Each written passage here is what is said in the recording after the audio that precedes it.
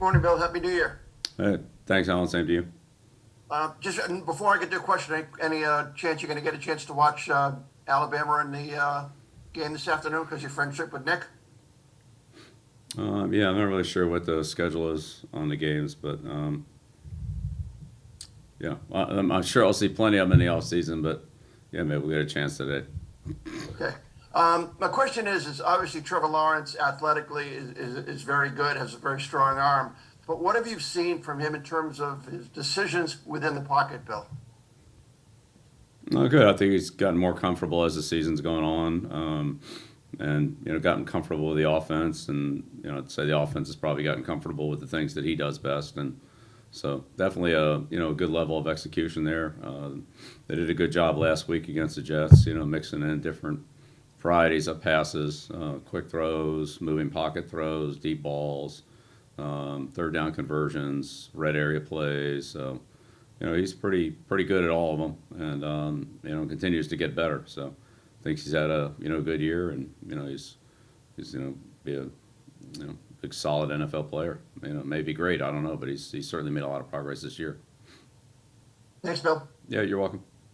Next question, Mark Daniels, followed by Andrew Callahan. Hey, Bill. Good morning. Yeah. Hey. I wanted to ask you about Ivan Fierce. How could you sum up just how much Ivan has meant to you, in this, this organization, over the past, 20 plus years?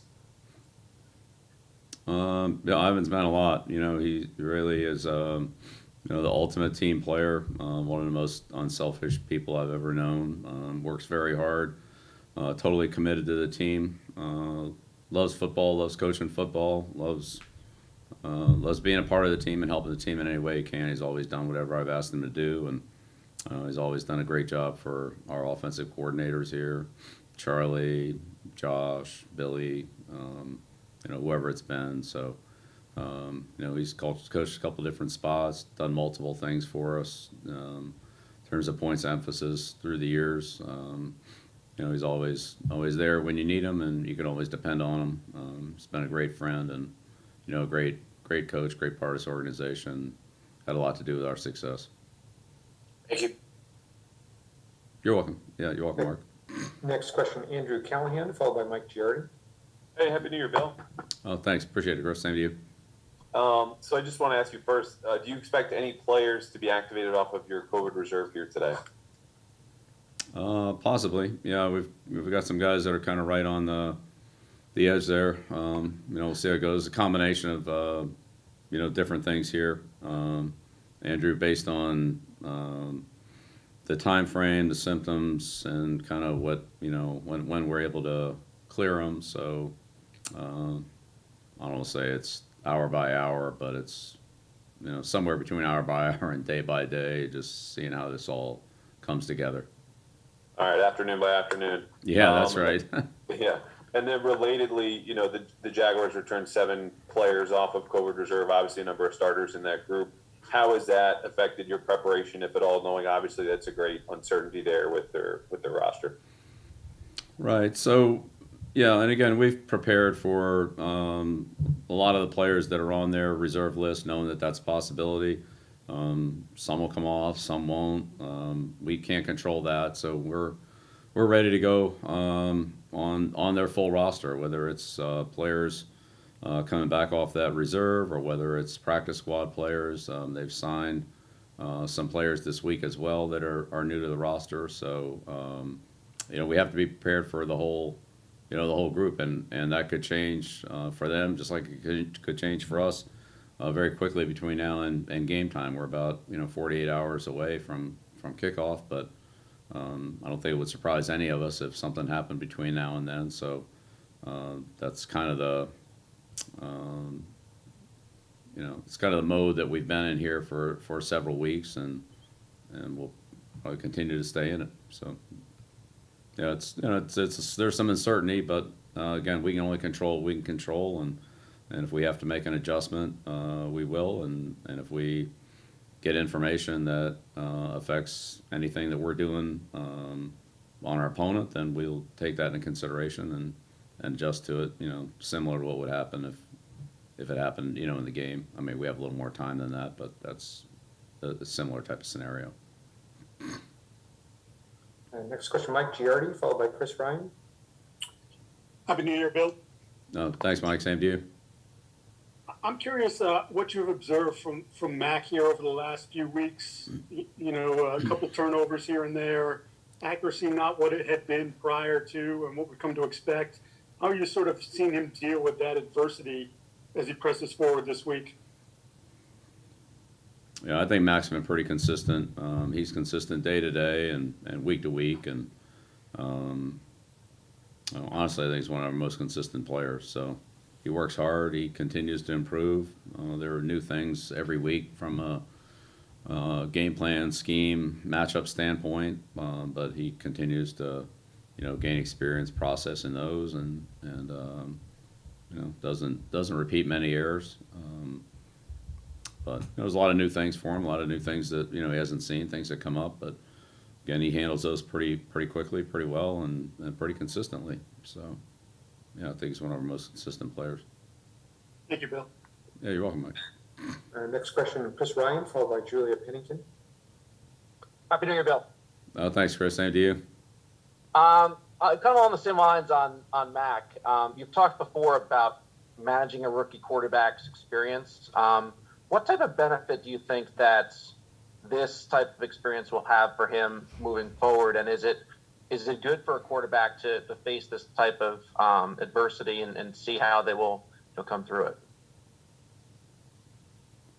Yeah, I'm not sure. We'll see, but we all learn from experience, and we all gain experience, even those of us that have been around for a while. So you're always learning things every day, and certainly things about the team that you're with and the situation that current year, that are specific to that year. So I'm sure everything will benefit everybody. And I think he's done a good job of taking advantage of the opportunities that he's had, practice, meetings, film, games, post-game analysis, and so forth to, continue to improve as a player, improve his preparation, improve his process.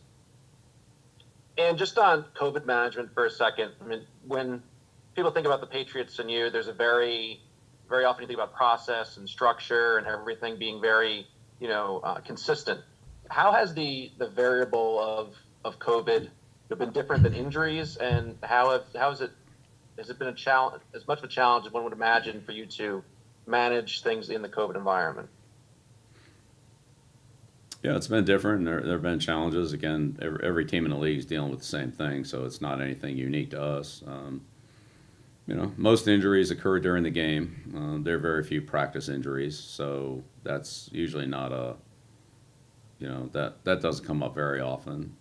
So game injuries work from one week to the next. You usually have an idea how those are going to resolve, but sometimes they go down to the wire, and you don't know for sure until you get very close to game time. It could even be a pregame workout. So but sometimes players are out, and sometimes they're they have something from the game, but it resolves and they're able to play. So there's just more time and a little more, generally speaking, I would say a little more certainty on how that's going to go. But there's always examples where there's uncertainty going into the game as well. So it's not all like that. With this situation, it's really kind of day to day. Hour to hour. It could change very quickly, and the rules have changed multiple times during the year, whether it's the returning to play rules or the meeting, and or how we handle the building and what we're allowed to do and not do in the weight room, the training room, the dining room, and so forth and so on. So, those are just procedural things, but they still affect your, day-to-day operation and schedule and so forth. So, we've made the adjustments that we've had to make, and but there's just more uncertainty, and it comes up on you quicker, and there's maybe a little less, a little less opportunity to plan, long term. You just have to really be ready to adjust, and I'd say it's really kept everybody on their toes, both coaches and players, for what we might have to do. It could be something that was totally unexpected or unplanned for that now becomes important to, to deal with, and sometimes in not a lot of time. So, no, those have been the changes. But, Thanks, Bill. yeah, you're welcome. And two final questions, Julia Pennington and Yofi Chin. Hi, Happy New Year. Thank you. I was going to actually ask the same question that Chris just asked, but are there any protocol changes for Sunday's game that you're aware of right now? Well, all the ones that the league put in on whatever it was, Monday or Tuesday, and so as we talked about earlier, just each return to play situation is a little bit different for every player based on the time and their symptoms and just how they are in terms of returning to be able to play. I mean, so there's a time frame, but there's also a just a health evaluation that needs to come into play. And I'd say on top of that you have it's kind of the flu season or whatever you want to call it, and so there's also some non-COVID, let's call it illness, that has to be identified or dealt with. No different than any other year. We've all had that, and that's but that's another part of it that isn't COVID related, but you're not sure until you can clear it up. Yeah, and then as a follow-up, it's New Year's Eve day. Have you had a chance to consider any New Year's resolutions since I asked you on Sunday? Yeah, they would all be personal, so it probably wouldn't mean anything to you anyway. Thank you. Okay, thank you. And last question, Yofi Chin. Good morning, Bill. Happy New Year. All right, thank you. Same to you. Thank you. We all know that you normally like to have skilled players to be able to carry some, special team responsibilities. But how about the other way around? For example, how important is it to enable some of your special team players to be able to make contributions outside the kicking game, if that makes sense, especially considering the COVID situation that we're all dealing with right now? Right. Well, it's always good. The more things a player can do, the more value he brings to the team, the more value he has,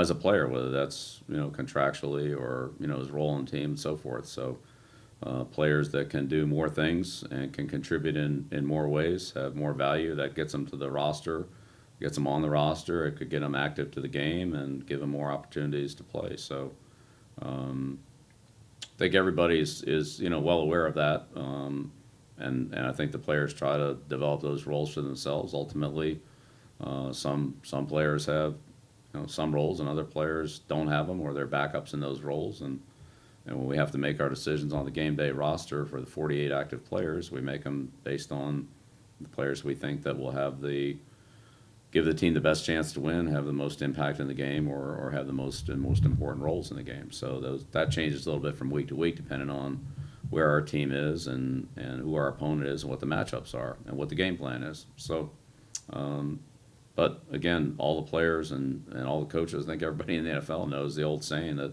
the more you can do, the more valuable you are. And of course, the better you can do it, the more valuable you are. So, everybody is, always trying to improve on those things to do their job better. And if they can add on a job, whether it's as a starter or even as a backup, those are important roles, important positions on the roster. So we value them and value them highly, always have. And you're right, in an environment when things can change quickly and unexpectedly, having players with versatility and the ability to handle multiple roles is very valuable for us. But thank you. Thanks, Bill. And with that concludes our media availability for the year. Happy New Year's, everyone. All right. Have a good New Year, everyone. Thank you. When it's your turn, roll up your sleeves. And let's get to the finish line together.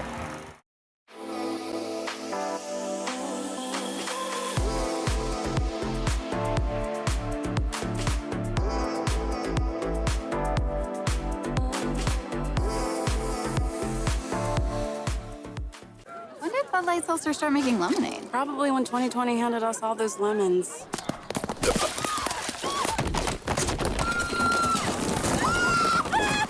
New Bud Light Seltzer Lemonade, packed with lemonade flavor after a lemon of a year. Opponents? I've gone up against thousands. And there's an opponent we're all up against, COVID-19. But there's a way to beat it. Get vaccinated.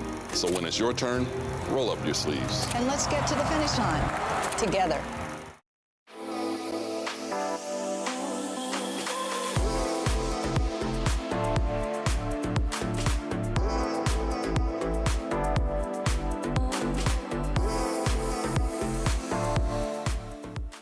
When did Bud Light Seltzer start making lemonade? Probably when 2020 handed us all those lemons.